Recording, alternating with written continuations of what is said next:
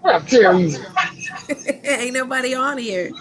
Oh, you get me fired. Ain't nobody What's on going here. on? Oh, Here go that's how Heather. you start. Here go Heather. Shit, shit. That's how you start. Right now.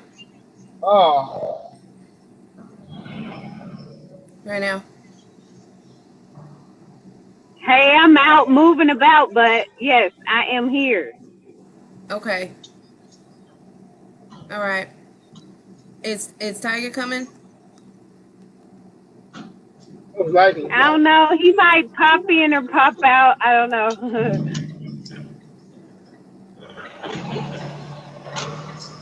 Okay. You don't worry about it. You good? Go ahead and start, ho. Uh, I'm not worried about it. Damn. Oh, y'all ain't live? Y'all ain't on Facebook yet? Yeah, we on Facebook. How are y'all cussing and stuff? Heather, you gotta be professional. It's all good. What you talking about? You said the H word, didn't you? No, I didn't. Oh, I thought you just cussed. Kiki, you want me to whatever? Put me on the side because I'm driving this bus, practicing this bus at work. I can't be on Okay. here. Just put me Okay, in. I'll mute you. All right. Well, we don't have anybody showing up yet. We wait a couple more minutes.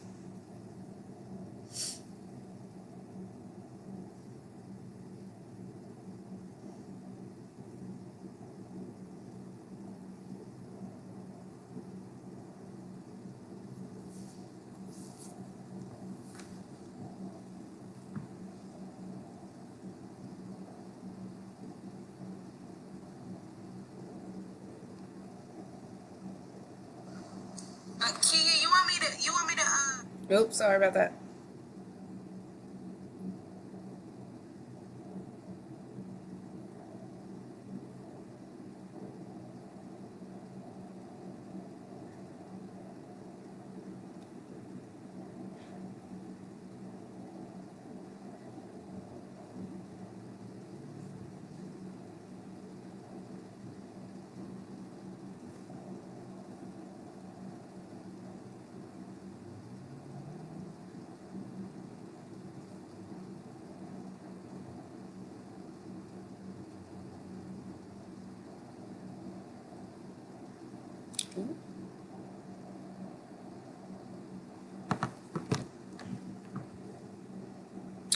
All right, I'm about to start in like another minute or so.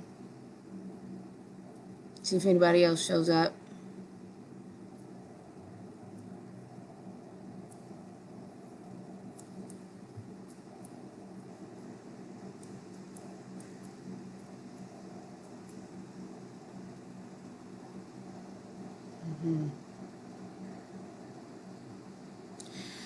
Okay, I'm gonna go ahead and start.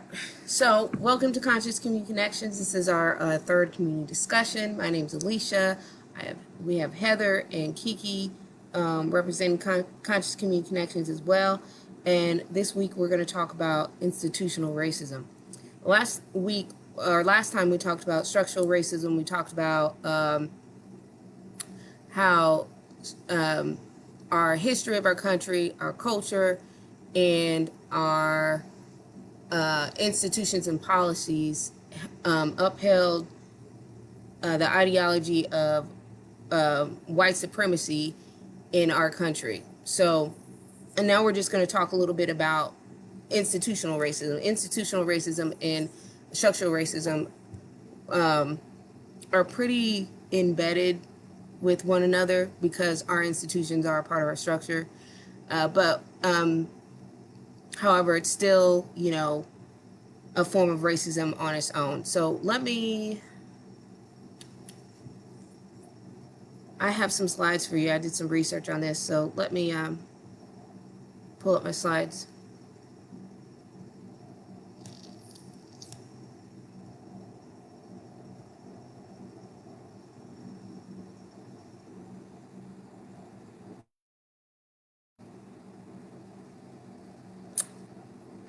hold on just a second.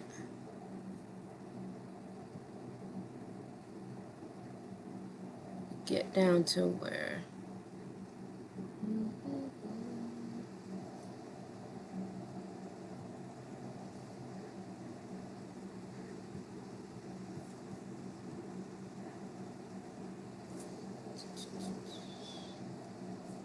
All right. So, like I said last time, we talked about structural racism, and now we're talking about institutional racism. So, institutional racism is like the policies and the practices of private and governmental institutions. So, private institutions is like your job and other places of employments, agencies, and organizations. And they produce outcomes that consistently advantage whites while disadvantaging people of color. So, and also some examples of governmental institutions are like the prison system, social services, financial institutions, housing, healthcare, education. Those are some more like governmental institutions. So within all those institutions, there is within all those institutions, there is racism that puts whites at an advantage and people of color at a disadvantage. So one thing that's interesting about institutional racism is it's really subtle. It's probably one of the most prevalent forms of racism that I've encountered here in Champaign County, especially in like, working, so in like the workforce. And there's different types of institutional racism, or there's different types of subtle racism within institutions. So one type is structural racism, or I'm sorry, symbolic racism. So that's the type of racism that it's kind of like within the work culture. So it's like the organizational culture type of thing. This is the mentality of if you work really hard, you'll get, you'll move forward, right? So people that express symbolic racism are people that believe in individualism, being very self-reliant, having good work ethic, and you'll hear them say things like, you just need to work hard and pull yourself up by your bootstraps. So in their mind, they're not looking at it as them being racist, right? They don't think that that's a form of racism. They're looking at it as a very objective, structural point of view. Like, this is their universal, or this is like a universal truth, that if you just work really hard, you'll get to where you want to be. The thing is that they're not considering that there's a glass ceiling within workplaces, and that glass ceiling is, that's institutional racism, where, black people are disadvantaged, but white people are advantaged. So they don't consider that. It's probably because they aren't aware of it, because they don't have to, encounter it. However, it's there.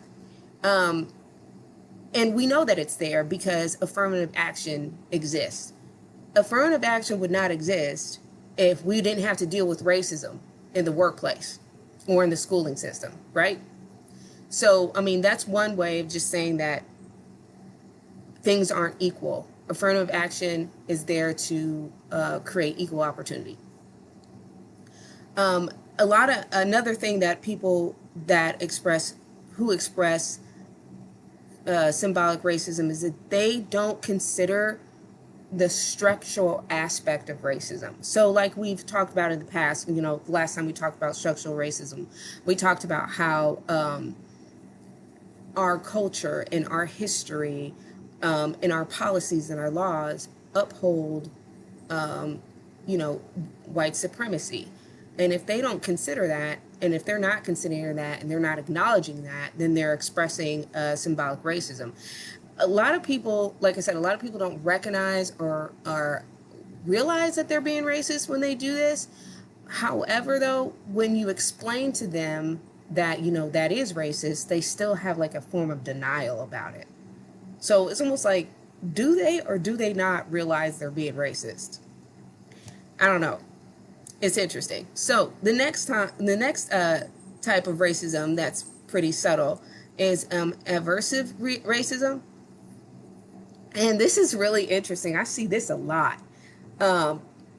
Usually people that express averse racism is they consider themselves as very well-educated white liberals here in the United States. They really think they kind of understand things. They think they know more than what they do. And I say that because although they might read a lot and understand things on a general basis, or they might talk to a few black people or people of color, or people that are part of a marginalized group, and they might get the gist of the issues, but they really don't know the true issues because they haven't taken the time to get to know, more people of that racial group. They might just go and they might talk to black people at their church and know what they think, but they don't really know what anybody else thinks, any other black person. I hope that makes sense. And although they consider themselves egalitarian, where everyone deserves to have equal rights, they tend to have like ambivalent feelings towards the minority groups or the marginalized groups. So the ambivalence is like, they think that you deserve to have everybody has equal rights, but you'll hear them say things like, all lives matter or blue lives matter. Well, yeah, all lives matter, but you're not considering, or you're not wanting to accept the fact that black lives are being disproportionately murdered by the police, which means that, which makes black people feel like they're disposable. You don't, and yes, of course, blue lives matter. However, you don't hear about black people murdering police like you hear about the police murdering black people. So again, it's almost like they unconsciously do racist things and act in racist ways, but when they're confronted about it, it's kind of hard for them to digest that truth. I almost feel like it's like a sense of white superiority. I encountered something like this like a couple days ago on Facebook. One of my friends posted something on Facebook about, it was like an article talking about the myth of like abortions in the black community. Oh, no. She had posted something about how black babies actually have a higher rate of like dying if they're in the care of a white doctor.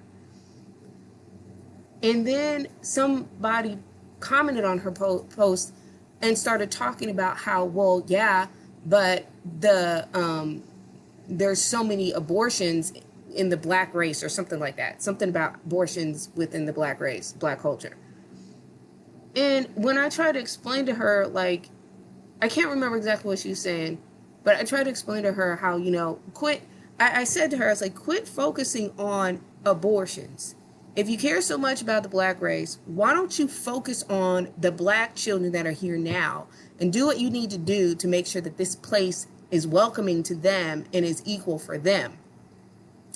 And I was telling her, like, I said something about how she should, become more acquainted or interact more with black people to know exactly what their thoughts are about this, instead of just going off of, what you read in the news or what you read in your research journals. You should really, expand your knowledge about it.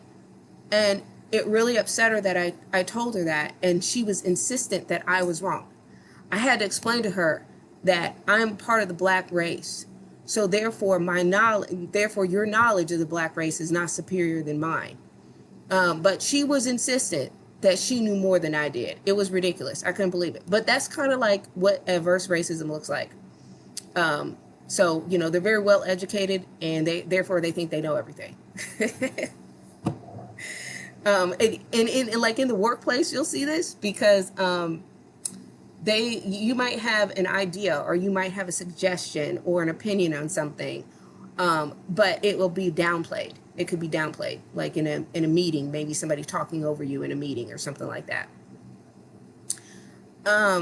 Another form of subtle racism is microaggressions. Now, microaggressions is one of those things that like anybody can use microaggressions. We all use microaggressions throughout like our life, right? Again, this is like from ignorance of being misinformed, stereotypes, all of that. But it's like these subtle little put downs or insults. Sometimes it's like a compliment, but there's an insult in there too. You know, it's like one of those things where somebody says something to you and you know that it's like a little bit off color, you know, just like it was odd that they said that. So the thing is about microaggressions is most of the time they're unconscious. However, like I said, I think people use them and are conscious that they're using them. I think that with all the information out there and all the awareness of racism that's been, you know, especially right now, that has been, you know, out on social media, I think people are aware of racism a lot more. I think people are aware of the different forms of racism too. I think that people are trying really hard not to be racist. But however, I think they know they are. And then they're trying to hide it and cover it up. But it comes out. And one of the ways that it comes out is in microaggressions. So there's 3 forms of microaggressions. There's micro assaults. That's when it's something that's very overt. So racist name callings, racist slurs, you know, displaying swastikas, nooses, stuff like that. Micro insults is pretty much saying like, it's insulting. It's like saying, oh, you're pretty for a black girl, or talking to a biracial person and saying, oh, biracial people are confused about their identity. A lot of people don't recognize that as a micro insult, but it is, because it is telling the biracial person that they do not possess the emotional and intellectual maturity to know who they are and be proud of who they come from, proud of where they come from, you know, proud of their culture. Another micro insult would be, this is the summertime, so I don't know if this has happened to any of you yet this summer, but it hasn't happened to me, thank God, not this summer at least, where someone comes up to you and puts their arm next to you and says, oh my gosh, I'm almost as dark as you. Another form of microaggression is micro-invalidation. So this is when you hear people say like, I don't care if you're purple or green, polka dotted or striped. First of all, no one is that color unless you have a disease. So I don't even know why people say that to get their point across, but it's just not necessary to say. And they'll say stuff like, I don't see color. Please, that makes no sense to me. I know that you see that I'm brown. And I want you to recognize and accept that this is who I am, because my race and my culture is such a big part of who I am. If you want to know me, if you want to respect me, respect my race, right? Thing about microaggressions is it makes me think about like how, like one of the forms of institutional racism is like the discrimination within the criminal justice system, right? And so when I was researching this, I was thinking to myself, like, how many times do police use microaggressions during traffic stops? And then what are the consequences of that? Like what happens? You know, like,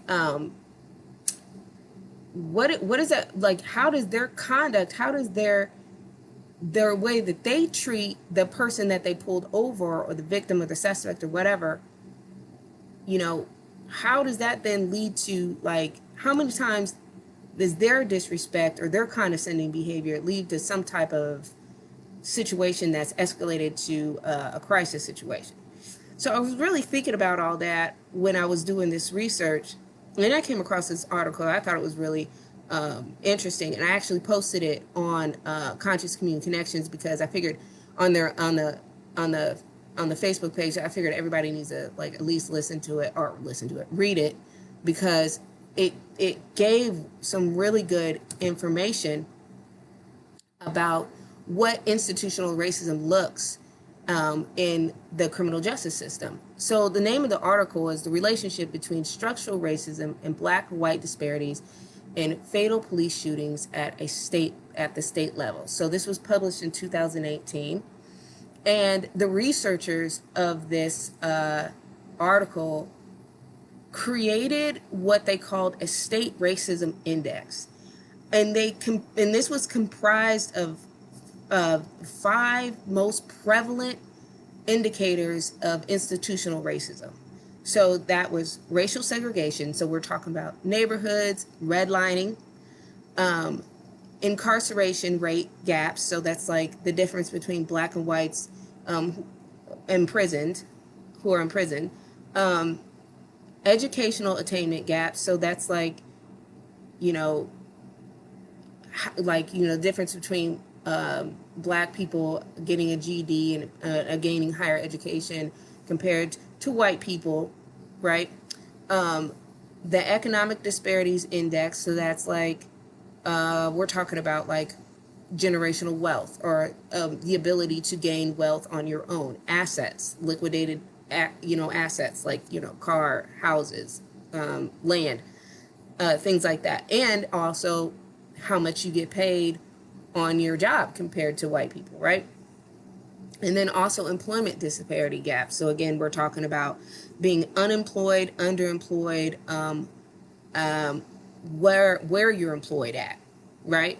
So that was the state racism index. So all 5 of those things together, and they use that to measure then the relationship between structural racism and black and white disparities of police shootings. So they took this and they did a state by state measurement, and there was measuring, like I said, measuring black and white disparity ratio of police shooting rates of people not known to be armed. So this is, and I also think in the article it said that they did look at black adults being arrested as well. And this data was collected between 2013 and 2017. So they had a pretty good span, and this was every state. And the findings said that structural racism does positively correlate with higher levels of police killings of African Americans. So there's obviously a correlation or a connection that if you're in a state that has these 5 indicators, all right, the state racism index, so the more you're having institutional racism in these 5 areas, then there's a probability or a predictor that police are killing African Americans. So when you hear white people say, well, the police kill white people more than black people, you can point them to the article that I posted online and tell them to be quiet, because they're completely wrong. So I pulled off this chart, or this map, that was in the research article. I wish that I was able to put the table that they had up there, which really broke it down state by state, and it showed, but I couldn't get it. For some reason I couldn't get it. I couldn't put it in the PowerPoint. It wouldn't let me. So, but it showed that Illinois was actually the 4th highest state in the nation. But these numbers don't really make sense because we don't have the table. But right here, if you see like this is the lowest, and that's why I think they said Wyoming or Montana was like the lowest. And the highest I think they said was like Wisconsin or Michigan, something like that. But if you can see, we're Illinois. If you see Illinois and you see the color of Illinois, and then you look down, at that bar, you can definitely see that we're up there. So it almost says to me, like, if you live in Illinois and you're African American, you got a pretty high chance of getting shot up. That's not funny. That's not funny. But it is. I'm sorry. Anyway.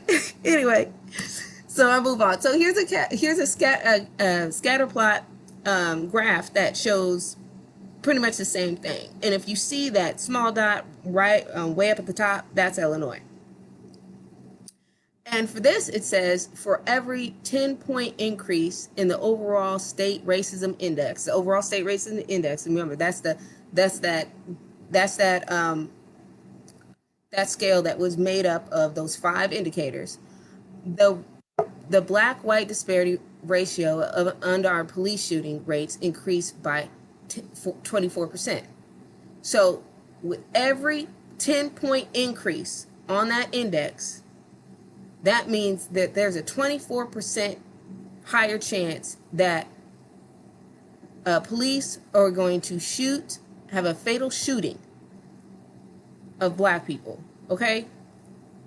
So it's a 24% higher chance every single time there's the 10% or the 10-point increase. That is really amazing to see. That's like in your face. I'm not going to argue with facts. It's right here. You can't make this up.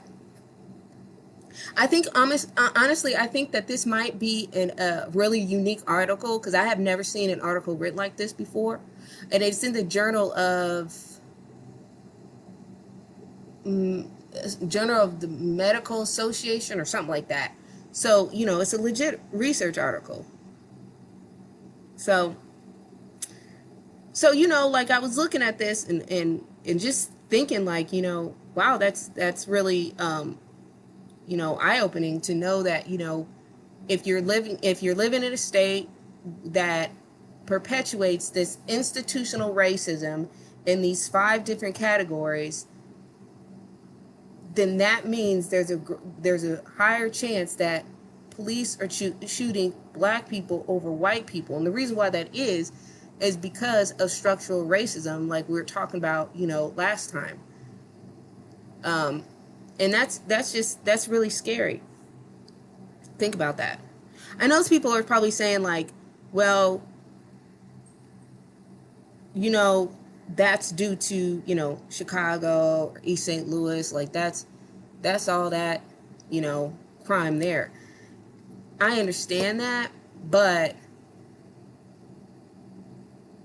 I'm pretty sure some of that affects Champaign County as well. We're not a bubble, okay? We get affected by societal issues as well, and maybe we don't have that many shootings here, police shootings and deaths, I don't know. Maybe we do and we just don't know about it. But from what I'm aware of, we don't. But that doesn't mean that police aren't provoking people and using microaggressions to escalate situations, and then next thing you know, they're arresting somebody for like obstruction to justice or something like that. I hope you guys are like following along with what I'm saying, because I think that happens a lot. I think people are provoked a lot here. I've seen it. So if I'm seeing it, I'm thinking to myself, like, how often is it happening, in other situations? It's kind of like the whole thing of like, if you're, it's kind of like the whole, saying like, if you see one cockroach and the lights on, then that means, when the light is off, they're all over the place. I don't know why I just thought of that. But that's what it makes me think of, like, with microaggressions, that if you see a police officer, provoking and using microaggressions towards, a suspect or a victim, what are they doing when nobody's around? You know what I mean? So I found another article that in 2007 that talked about just that. And it did say that analysis revealed that microaggressions tied to the description of criminality were more frequently mentioned in the context of police stops. So that makes me think that, when police are stopping you and pulling you over and profiling you, I mean, then that makes me think that there's probably saying microaggressions or, subtle phrases of racism.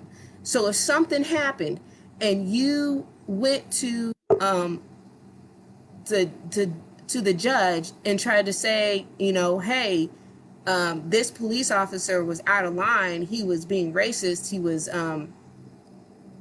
he was saying disrespectful things, the way they say it is so subtle that it's possible that they could just turn around and say, well, that's just their word against mine, and I didn't say that at all. And I think that type of stuff happens a lot. So anyway, it was just something interesting that I was looking into. Here are my references for those two articles if you guys want to look it up. But, I just thought about, like, everything that's been happening here in Champaign and at the police department being vandalized, and the message that was put on the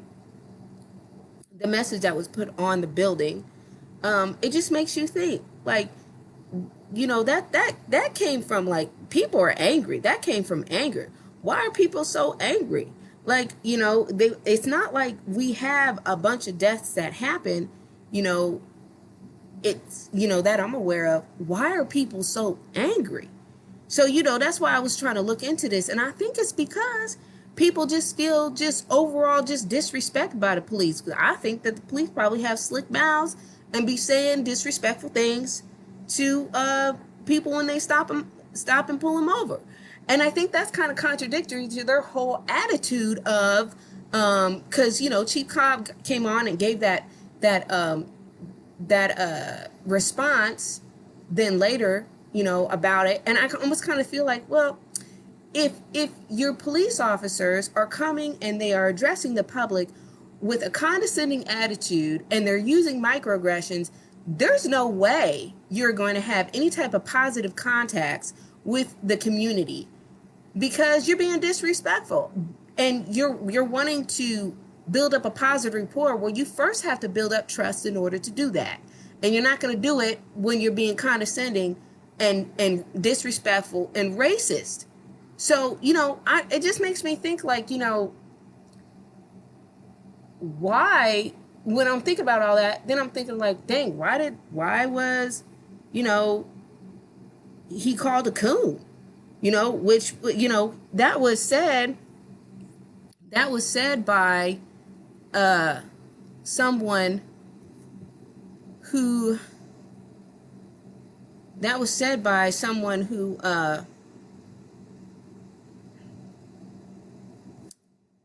that obviously was someone of color, because the group that did it was called the Champaign County Anti-Racist Coalition. So I really doubt that whoever said that was someone that was white. And if you know anything about that word coon, it's a little bit, it's a different meaning when it comes from somebody that's white, and it's so that's pretty much calling somebody the N-word. But if you're black and you're calling somebody a coon, you're calling them a sellout. So I just think it's interesting that that they would call Chief Cobb a sellout, and I'm trying to figure that out why.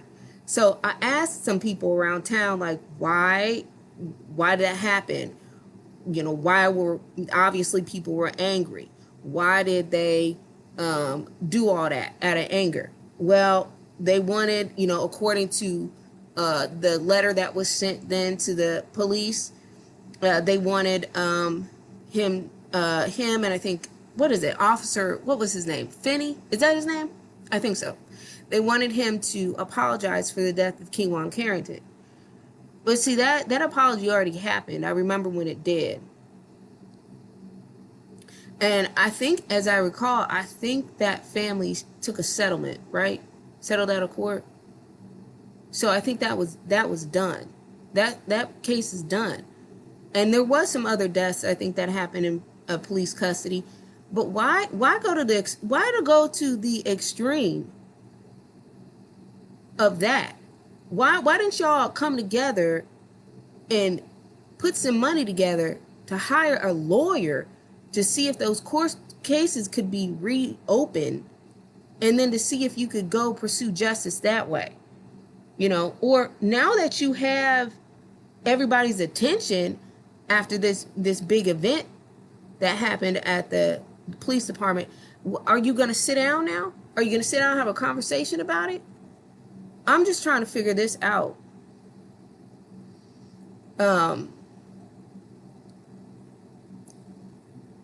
I'm just trying to figure out, you know, why all that happened in the first place. You know what I mean?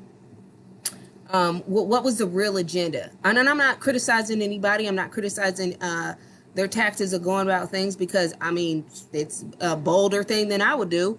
But I'm just trying to figure out, where do we go from here? Where now? So another thing I was questioning is what was the purpose of calling police Chief Cobb a coon?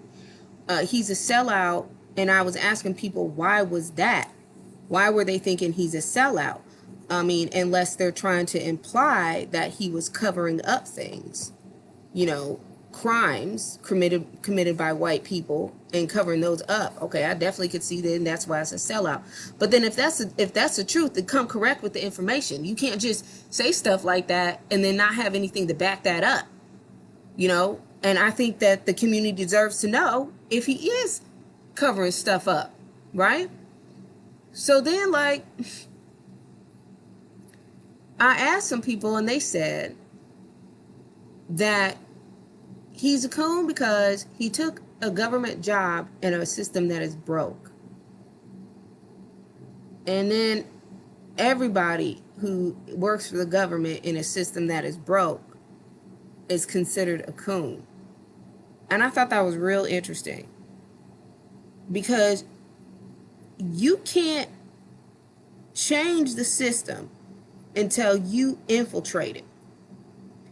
And I don't know if that was a good enough reason to call somebody a sellout because they got a job in the government. So I don't know. I'm discussion. Hey, Alicia. Yeah. I just want to go ahead and let everyone know that this is Conscious Community Connection, where we keep the community connected. It's 104.5 FM, Urbana Champaign.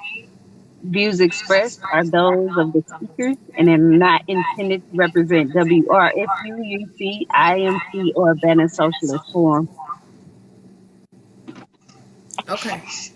Thank you. So I want to open this up to discussion. If anybody else has this, anybody wants to add anything or say anything. We have Heather here. Heather, do you want to say anything? Can you? Yeah, what you want me to talk about? You want me to stay on topic? Well, yeah. You tell me what you think. Think about what in general? I'm sorry, you guys. I am out running around and listening in, so I apologize for all the extra noise. So, my views on racism, is that what you're asking? I mean, yeah, just about everything in general. Hmm. It's what I've been saying, what I've been talking about. Right, right. Um, Overall, we must understand where racism came from and where it started. And I'm glad you're able to like break that down to everyone. Um, I I just want everyone to like do your own research, make sure that you are reading on these topics that we do come with when we are doing the discussions. I love the fact that we are sticking to racism right now and making it a part of our show, because this topic is so broad, but yet it affects every single person on the planet, I should say, as far as America being the most powerful country within the past so many years or centuries, that we have really paved the way to like show other people how to treat other people, and we need to stop doing that. We are all brothers and sisters here, and we should all treat each other equally, but that hasn't been the case. So that's why we're having a lot of people loot and or kill and or be violent towards one another. We were taught at a young age that violence was the key, that violence was to solve any and every problem, in which that is not correct. We should be able to talk about these issues. We should be able to do one-on-one discussions and not be so gun ho about what someone's opinion is about us or our culture. We need to understand that building relationships, we did not learn how to do that at school. We learned that at home. And a lot of people had a lot of abusive relationships, if not abusive friendships when they were growing up. So that paved the way to have a abusive relationship when they got older. So we have a lot of things that we need to really dig down in deep and try to clean up. You know, we need to heal. And I always say it's a forever healing cycle around here. We need to really heal and really figure out what is wrong. Why do we feel this way? Why are we so mad and angered at someone when someone else has their own opinion about us or opinion about whatever it is? We need to actually deal with these emotional insecurities. They're not stable, you know? So with the racism part, it's a real touchy subject. Some people really need to understand that um as far as like the definition wise of racism, I don't know the actual definition word by word, but mostly we have to say that black people can't be racist because we don't have the power. That's the generic version of why blacks can't be racist. We don't have the power. We haven't had the power. We never had the power over here in America, period. So that's why we're saying we can't be racist. There's no way, you Hmm. know, and when people talk about it, they get a little bit, you know, offensive when we say that, but you need to understand that we never had the power. All right. And the reason why it's called racism is because it was a race. At some point in time, it was a race to see how many people they could pick up and sell and and and get rid of. You know, it was a race. So I believe that people need to start reading, and I mean start reading. Read the books. All right, not just watch the videos and stuff. Actually pick up a book and read it. You know, interpret it how you want to interpret it, but read the facts. All right. Hmm. So Yeah. I mean, I can keep going some more, you know, if you want me to, but You say what that's you just want to my say. opinion right there. You say what you want to say. Right. No, I agree. People need to do this research on their own. That's why I posted those links. And, you know, you have to really, in order to really understand racism, you have to do the research. You have to talk about it. because we don't quite understand it. I think that people of color think that they understand it a little bit more than white people, because we, for so long, even though racism isn't necessarily a problem, or it's not our problem, it's white people's problem. It started with them, it should end with them. However, it's been always pushed upon us, and we've always had to deal with it. So I think we think that we understand it more than what we do, but we don't. And the reason why we don't, it's because we live in it. It's our worldview. Our whole, it's part of our norm. It's part of our culture. So, and maybe when we talk about internalized racism, we'll talk a little more about that. How we're even like racist towards ourselves at times, or racist towards our own people, because we don't even know. It's like it's totally shapes our whole worldview or whatever. So no, yeah, I agree. People need to inquire on their own. People need to really think about how this stuff connects. And that's kind of like what I was doing this time around when I was doing research about institutional racism. I really wanted to see how it affected us on a day-to-day basis, because institutional racism definitely is, like I said, probably one of the most prevalent forms here in Champaign. And when I was talking about when I was talking about when I was talking about what happened at the police station, I just want to make clear, I'm not criticizing anything that anybody did.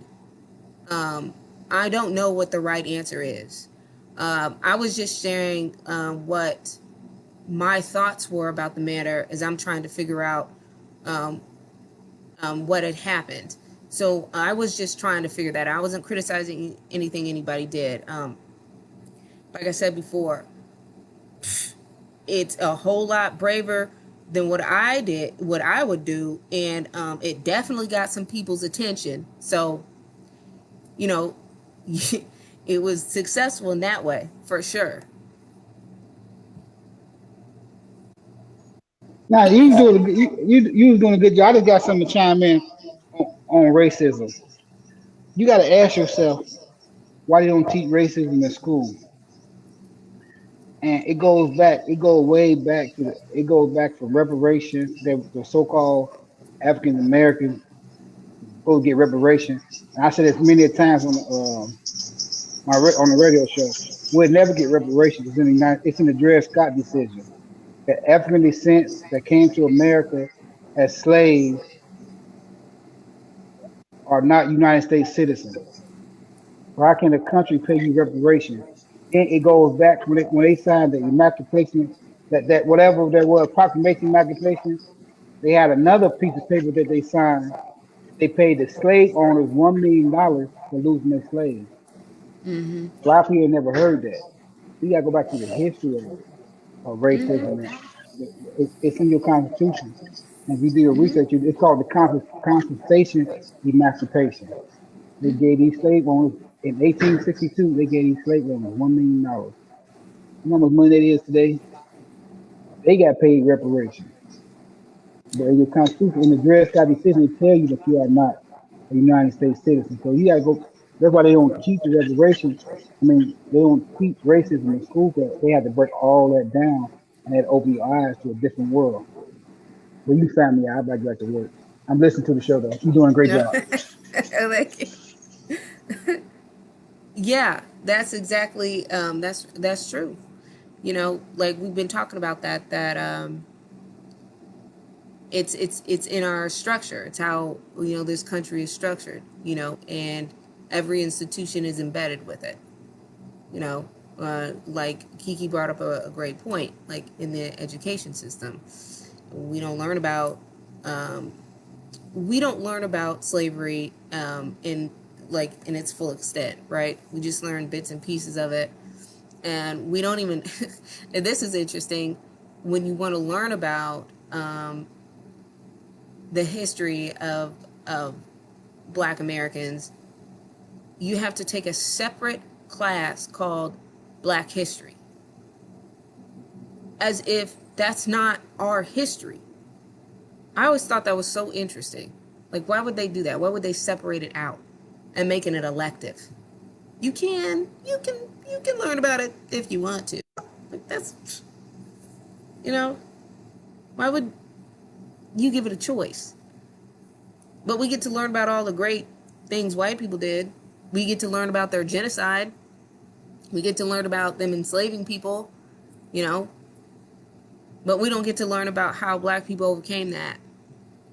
They still don't tell the truth. Like, They don't. people need to understand that you need to, unlearn and relearn, because there's a lot of lies over here that have been pushed upon us, in which we need to make sure that we are reading. All right, we are reading and the documented history about America. How it was founded. When I I don't like when people just refer to us as slaves, because some people, they weren't slaves. Their people were already over here. You know, Mm-hmm. most of the people were probably already over here already, but we only talk about the slavery part. I About remember the watching. indigenous. Right. I Yeah, remember indigenous. Yeah, go ahead. watching a, I think it was like a YouTube show or something, and someone that was a famous celebrity, they found out their family members were already over here. They weren't on a boat. So we need to understand, like, there's a line. Everybody wasn't slaves. Everybody wasn't, but at the same time, we need to read about these things. We need to understand, but a lot of people are so lazy with their education that they only rely on what the public school system gives them or what they offer them. I don't know And if most of that stuff is untrue. I don't know if it's laziness or if that just goes back to what I was saying before about white superiority. What white people say is right. What white people say is better. You understand what I'm saying? That's like, it's so easy for me to have, I'm talking to a white woman about the black race and the needs of the black race, but she gonna argue with me and tell me that I'm wrong. I am black. How do you know? You know what I'm saying? And so it's the same type of thing.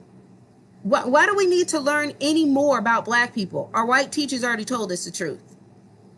You know?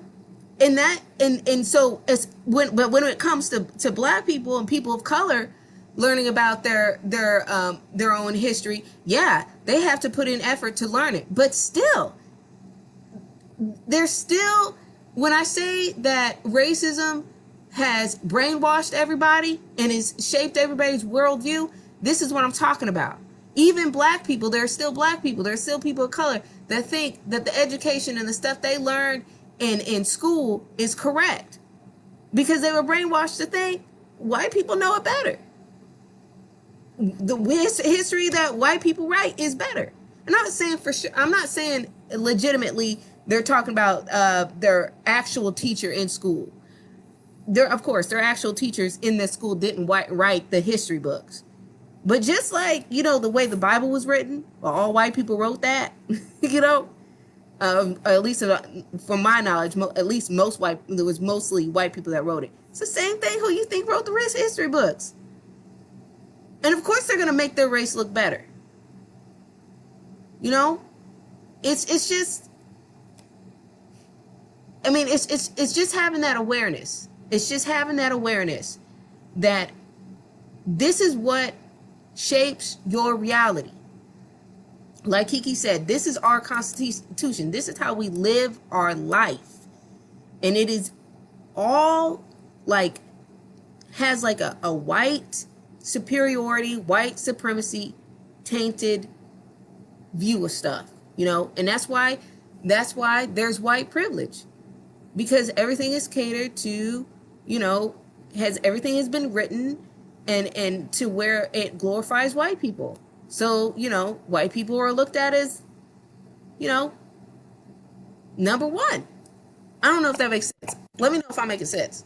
It's all right. Yes, you are. But then I have to say this. I do. Because I did a study on the melanin part, Mm-hmm. and it really like ticked me off. I didn't understand what I was reading because I was like, oh my gosh, I'm in I'm in college reading about this stuff, studying about this stuff. Why didn't I know about this earlier? So the more that I dug in there deeper, I was like, there's no way. And I have to say it like this. This is my opinion. There's no way. Well, it's a fact.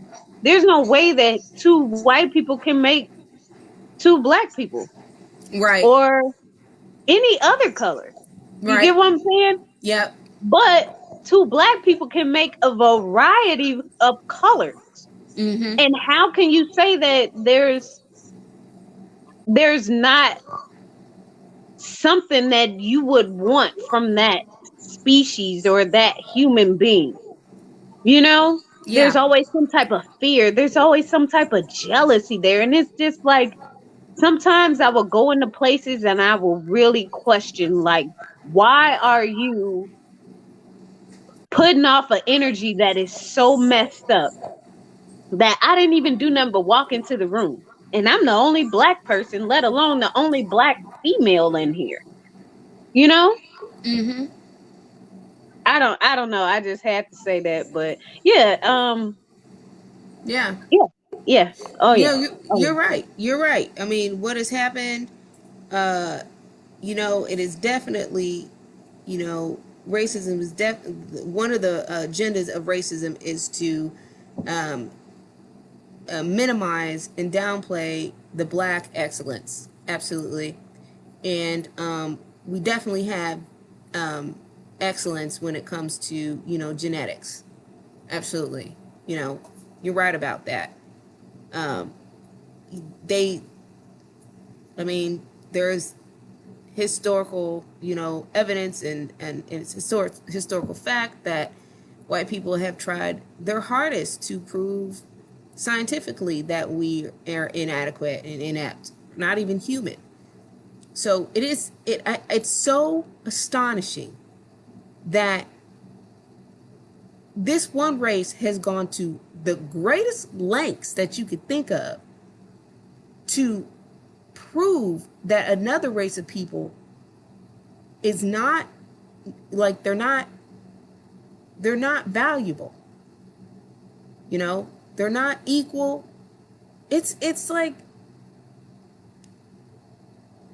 why? Like, it doesn't make any sense. Like, why? Like, why would you go that far? Like, what was the point? right, I guess right. just for control and dominance, really.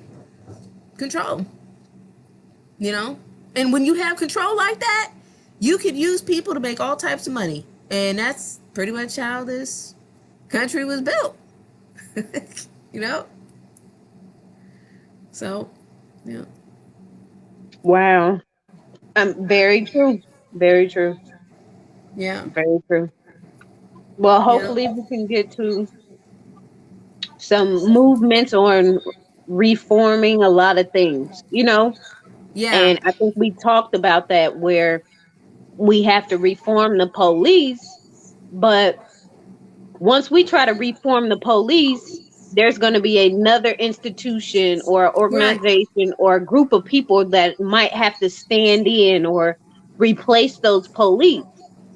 In which there's another issue on the other end where, like you said, it's institutionalized racism where most of the social workers are using a racist format or concept, or just like the ideology of them coming in, they still have some type of form of racism in their learning, so it's like we have to Yeah. tackle a lot. Yeah, I'm glad you brought that up, because the next time we do a community discussion, that was my plan, to talk about institutional racism in the social work field, because you're absolutely right. Social work is an institution, and all institutions are embedded with racism. So, I'm reading Kee-Kee's comments. I don't know what you meant by that, Kee-Kee. um, please, please tell me what you mean by that last message that you just typed out. But yeah, there that is oh, okay, so he's talking about having to reform the police. Yeah, so they're talking about reforming the police by employing social workers, I guess, the with the police departments, or I guess something like that. I know in Champaign they're talking about starting a pilot program. They're talking about starting a pilot program I was where there I, are. I Hold was on. talking What? about I was talking about when y'all was talking about the slave owners. You gotta realize slavery was a big profit. You had 100%. You had 100% profit, and you had to pay not one worker. So you had no money going out, but money coming in regardless. So that's Right. what all that came from. Oh And so yeah. when you get a conglomerate like that, 100% profit without paying a person and making you the millions, that's what the diamonds come in at. You know what I'm saying? They call us lazy because you can plow 40 acres and they sell on a horse. That's what I was talking about. Then, and the part about reforming the police, you got to reform more than the police. The police are a part of the problem, but all of us are the problem because our way of thinking. You know what I mean? It's good. It's good that everybody stepping in and wanna, you know what I mean, come together. We gotta come together for everyone, man. Like the sister that just got killed last other night, man. Anybody making no noise for that sister? You know, I keep telling people we need to go out there and make noise. She had a daughter, man. You know, you got a guy that got killed the other day, man. You know, there's a lot of murders going on in Champaign, and it got to go. We got to go. You know, BMM got to be up, stand up for everybody, not just when the police or when it's making the news and making headlines. You got to be there for everybody, man. That need it, and you got to reform everything, man. It's a process. Don't get me wrong, you know, they got their thing they doing is going well, but it's a process. And you got a lot of people dying, man, and dying in the hands of the police neither. You know what I'm saying? So if you look at the statistics, and so you got to be there for, you know, it got to be universal. When you say Black Lives Matters, that means it should be universal. Everybody, from the police killing us, from us killing us, from civilians killing us, it got to be universal for everybody. What a life to matter, because that is a strong saying.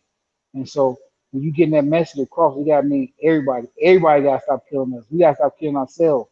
We stop killing ourselves, we form ourselves, and get our way of thinking. And then when we do get an encounter with a police officer, you know, we know how to handle the situation better. You know what I'm saying? But they do need to be reformed. You ain't taking nothing from them, but everybody, we all need to be reformed, though. Seriously. And that's it. Okay. I agree. Um,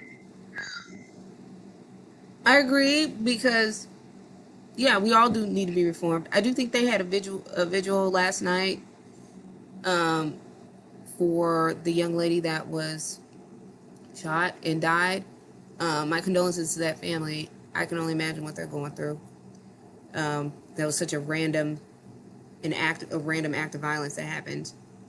Uh, so definitely, I do hear Kee-Kee saying that we need to um, possibly make more noise in the community. Maybe put more energy towards um, advocating for advocating against gun violence and trying to work with city officials to figure out something to stop that from happening, or at least increase or decrease it. But like I was saying before I let Kee-Kee in to talk, I was speaking about the merging of social services and the institution of criminal justice. Those are two institutions, and all institutions have racism embedded into them. So, they are talking about starting a pilot program next year where they're incorporating social workers into, like, I don't know how they're doing this, but into like to police station or the police force. I don't know how they're doing that, but okay, that's great. But you can't. I mean, I don't. The whole purpose of why that is happening is because George Floyd died, and you know, due to racism in the criminal justice system. And then we started realizing that there are crisis situations that occur in the community that social workers could probably be more of a service to than the police officers. So we're talking about that, adding in social workers because of that. But the whole reason why we're having this conversation is due to a racist act. So this is due because of racism is why we're doing this. But so you want to add another institution to an institution that's already racist. You want to add one more racist institution in with another racist institution. I don't know how that is going to work. I don't know how unless we address the issue of racism institutionally. You know, social workers, yeah, there's some racism within that field. I'm a social worker. I've been in the field for quite a while. I'm going to talk about it in our next community discussion. But yeah, it's definitely something that needs to be discussed and unpacked. It really does. It depends, you know, that does affect the way that we create programs. Racism affects the way that we provide services out into the community. It happens. So,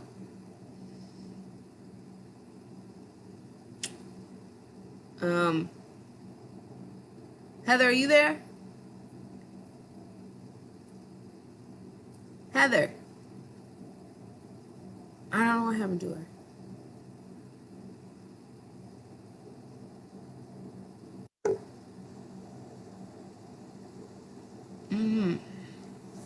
I'm not sure what happened to Heather.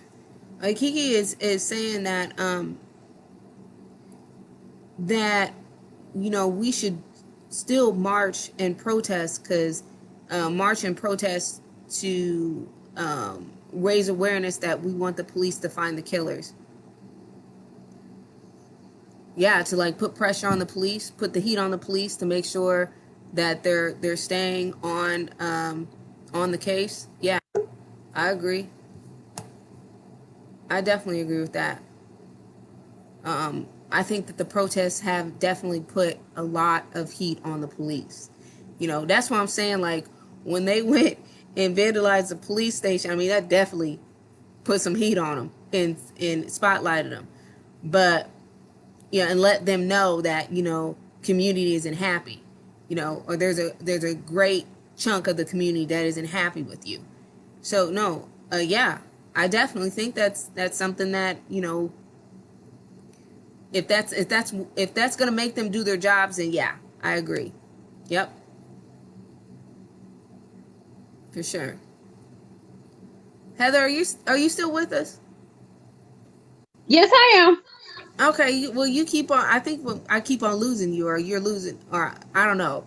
Yeah, it keeps messing up. It was saying that the Wi-Fi or internet something wasn't secure, and it just kept messing up. So yeah. Okay, okay, all right. So do you have anything to comment about, like you know,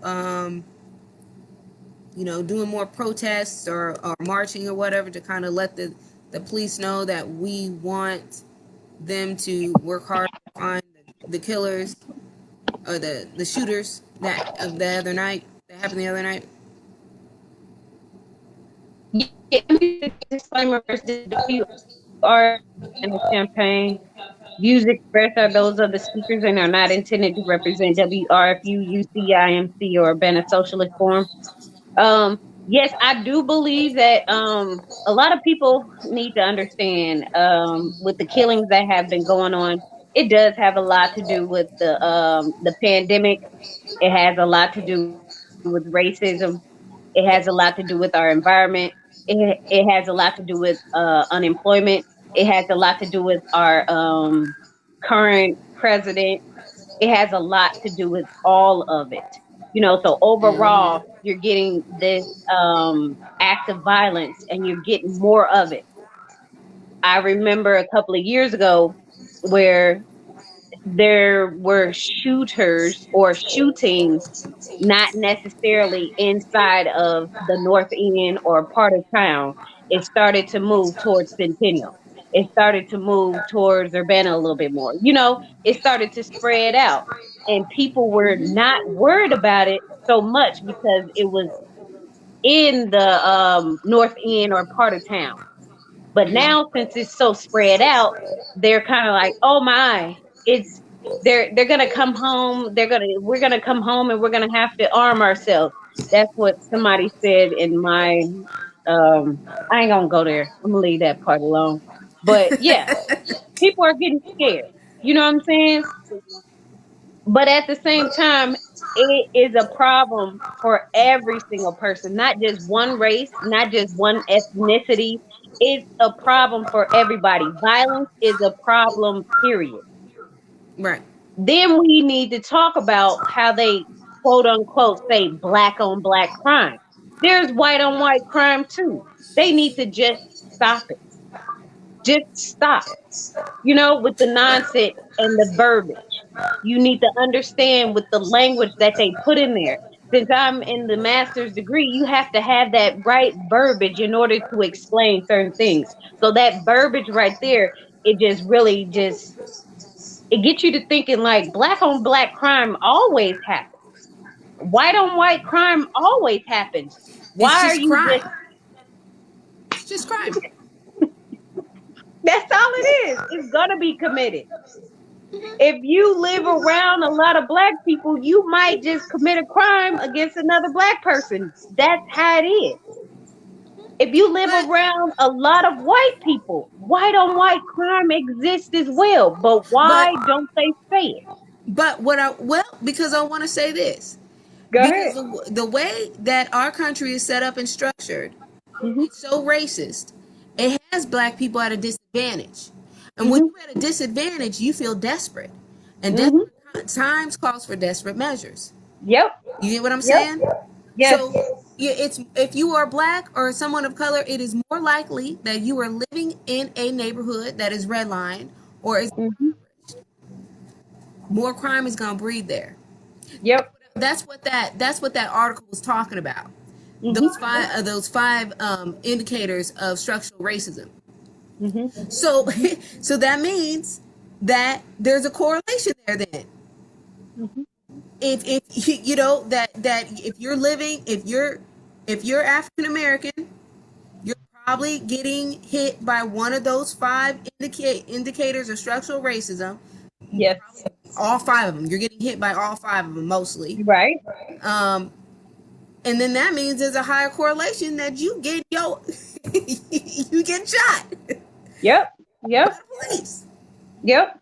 Yep. You know, and Yes. so I mean that's I think And black um, men are more susceptible to incarceration than any gender.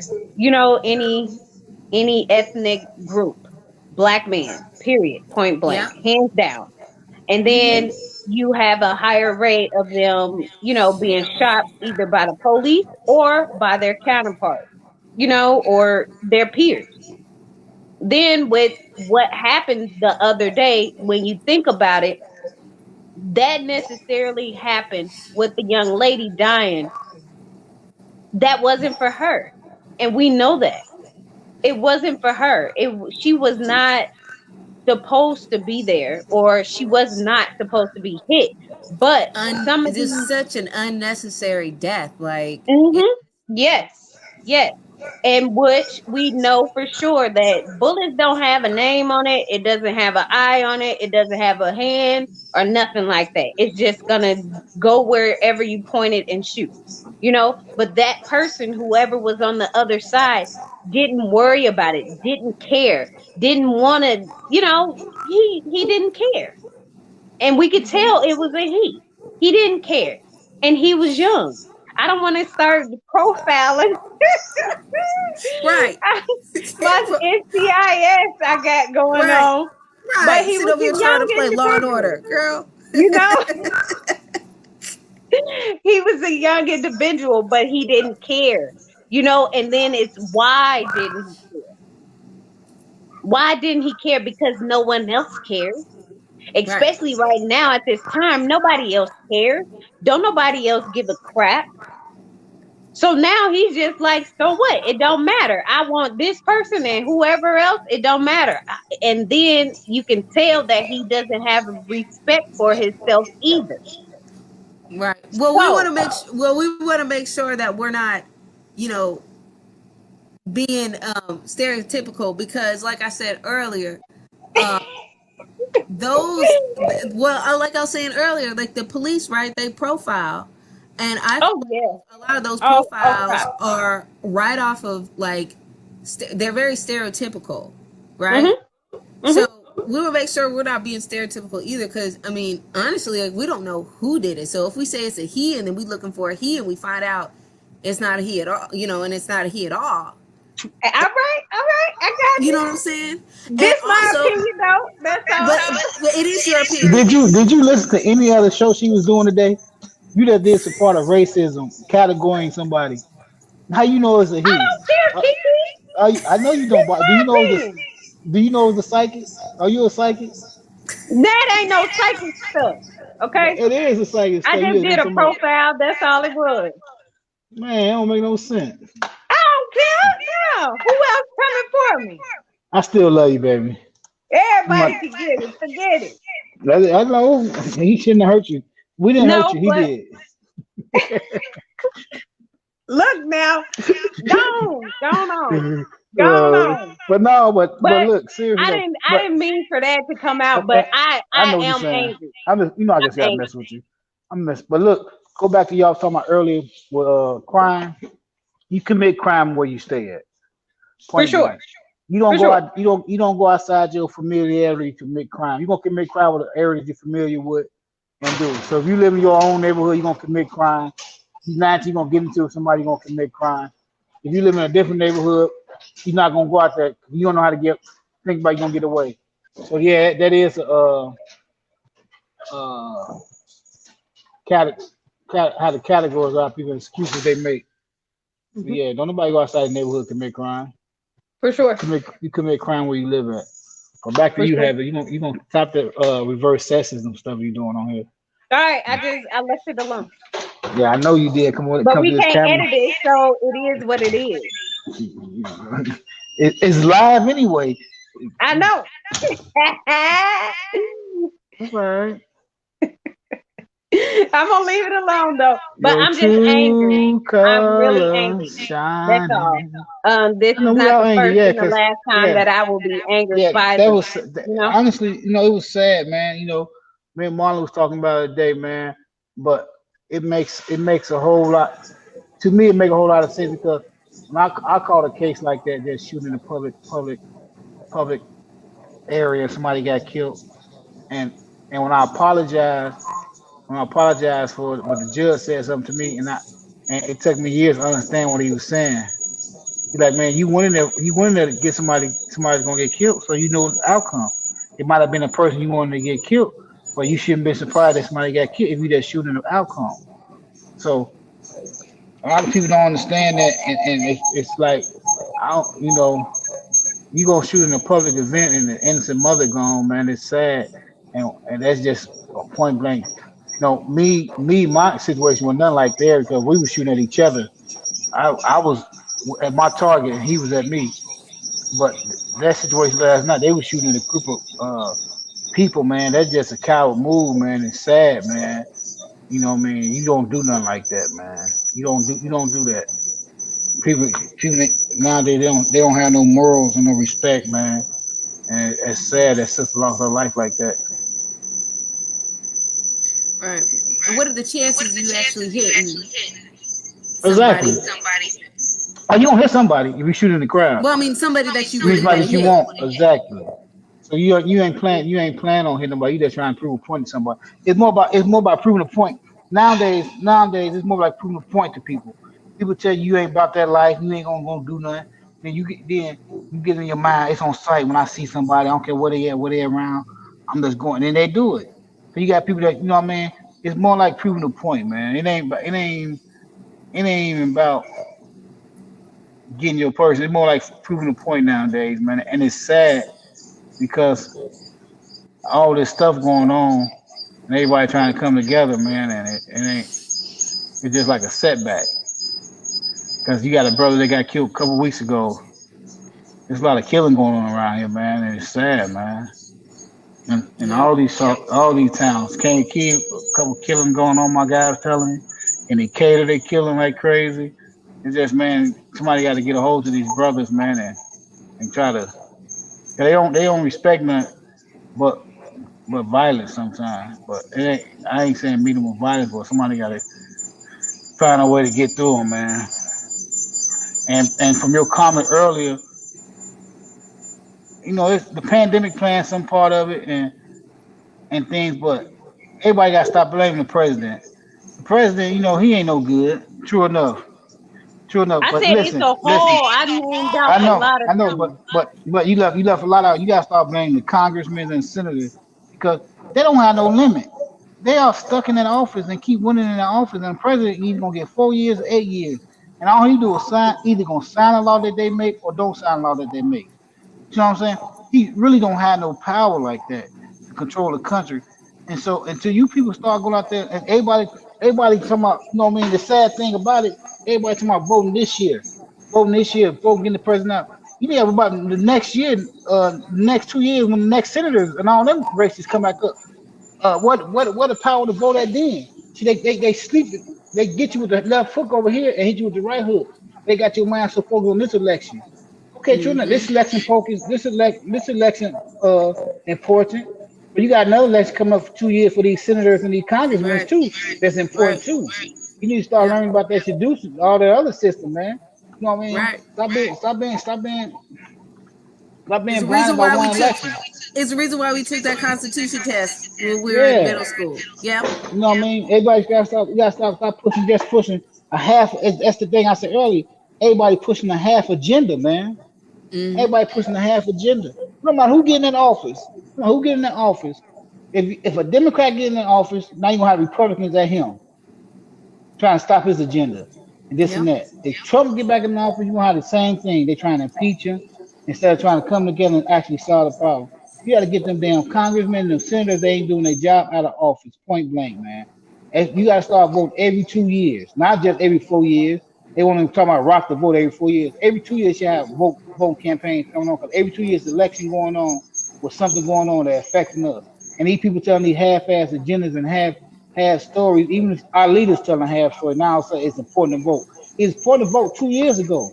You got a Republican senators that knocking all the stuff down, ain't making laws. You got a Democratic House. They just so blind on and stuck on Trump. They not doing nothing.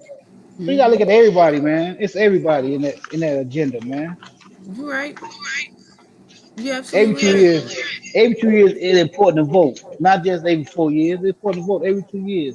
They need to Mm-hmm. start pushing that agenda out there. Mm-hmm. There you go. Yeah, but not just voting for your Jeffrey, senators and your this one you sent representatives me. and your president. You got to start voting for your local government Send as that to me. well. All right. Yeah, it is, man. It's man. You guys got man. It's deep, man. And they keep you blinded on from every 4 years. Hell no. Every 2 years, you better vote. Learn your senator and congressman. That's why they keep sneaking in their houses and doing what they're doing. Mm-hmm. Yeah. It's all that. It's that, man. Well, Point I'll blank. wait We just. for Heather to come back on so she can give a disclaimer. I don't know about her. Here she go. Look here, boy. That y'all had I a great keep show tonight. I keep pressing the button. Exiting. I'm sorry.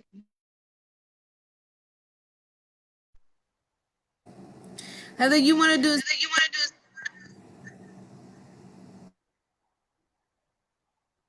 Heather, Yeah, I'm here. What'd you say? disclaimer. Time to go anyway. Oh, okay. Yeah. This is WRFU 104.5 Urbana Champaign. Views expressed are those of the speakers and are not intended to represent WRFU, UC, IMC, or Urbana Socialist Forum. That was Somebody else good. needs to I want to learn read that. that and learn. Shut up. Nobody want to learn that. But yeah, that's good. But yeah, now on who are watching this, vote every 2 years. Rock the vote every 2 years, not just 4 years. When you get a president and start doing something drastic, and all of a sudden you want to vote. No, every 2 years you should be trying to learn who your senators and congressmen is, and vote them in or out if they're not doing their job. Every 2 years, not every 4 years, every 2 years. And you should wonder why people that's call themselves in power want you to vote every 4 years. Even some of these so-called leaders and these radio hosts Oh, is only talking don't about every even four just years. say that. Because No, some I'm just people saying. need to get that state's attorney up out of there. But we ain't even going to go there. Go ahead, keep going. Well, I just broke it down. I broke it down. I agree with you 1,000%. He just threw some shade. He just threw some shade. Who I threw some shade at? So did. He was talking about the radio host promote did it stop promoting that and start. Yeah, you got. Is he talking about you, Heather? No, no, no. I'm talking the mainstream radio hosts. I've been listening on the radio tomorrow. It's the year to vote. Vote. It's count. Where y'all at 2 years ago? Y'all let this all Senate Republican Senate House getting all Democrat House, and you know what I'm saying? Where y'all at then? That's a good cover up. I'm talking You about did. mainstream. You did a good cover. You was throwing shade at Heather. Be No, quiet. I'm not. No, I never so share that. Neither one of y'all. Yeah. No, Okay. no, I'm serious. Man, he tried to fool y'all. Man, that's you. I think you a lightweight hater, man. You know. Let me find out. Let me find out. Who am I hate on you? No, I didn't say that. Let me Get out of find here. out. But, Yeah. ooh, wee. I was talking so much. I'm not. We at the end of the show, Did so you of just give me course you your got to hand? show out, Did huh? you just give me your hand? Did you just Yes, I do this did. to me? You love you. Always I'm have at to show work. out at the end of the show. It's time to have fun now. It's the searing is over with. Yep. It's fun time now. It's time for me to joke and get on y'all skin. The series over with. Yeah, it's 1:30. It's Oh, you still talking though. 9:30. Yeah, well, I'm talking have fun. I'm having fun now. Let me get a Oh little bit here, no, but cut it. Hold on, didn't you get booted off last listen, it wasn't the first time I got booed. I was the last time. Ain't gonna be the last time. time? Cut it. I've been kicked off better Like, shows than this. Oh my you get. God. Oh wow, no, you didn't. Oh my God. You don't need to come back up on here then. I love this show. Oh, listen, Miss Feisty over there. You don't need to come back on here then. Oh, I'm about to ban you now. Who? TYgar. Oh my Ban both of y'all. God. I'm gonna take over now. I told you What? it's joke time for me now. I see. What you cooking, Whatever. Heather? I know you cooking. Cause she was eating earlier. I heard you smacking. She cooking now. That's all she do. No, I'm What you not cooking? cooking. Well, I'm What finna you cook cooking? some I know, but what you finna cook? beans and stuff. That's all. So tomorrow I'm gonna hook it up. Yeah. Let me tell you what y'all need to get. Y'all need to get that Ninja Grill. A ninja grill. Yeah, that Ninja No. Grill. Yeah, Why is that that so good? Ninja Grill. Like, you can do everything on that. You Look can at you promoting barbecue. stuff. No, I'm just trying. I know y'all want to eat healthy. You can barbecue. You can deep fry. You can bake.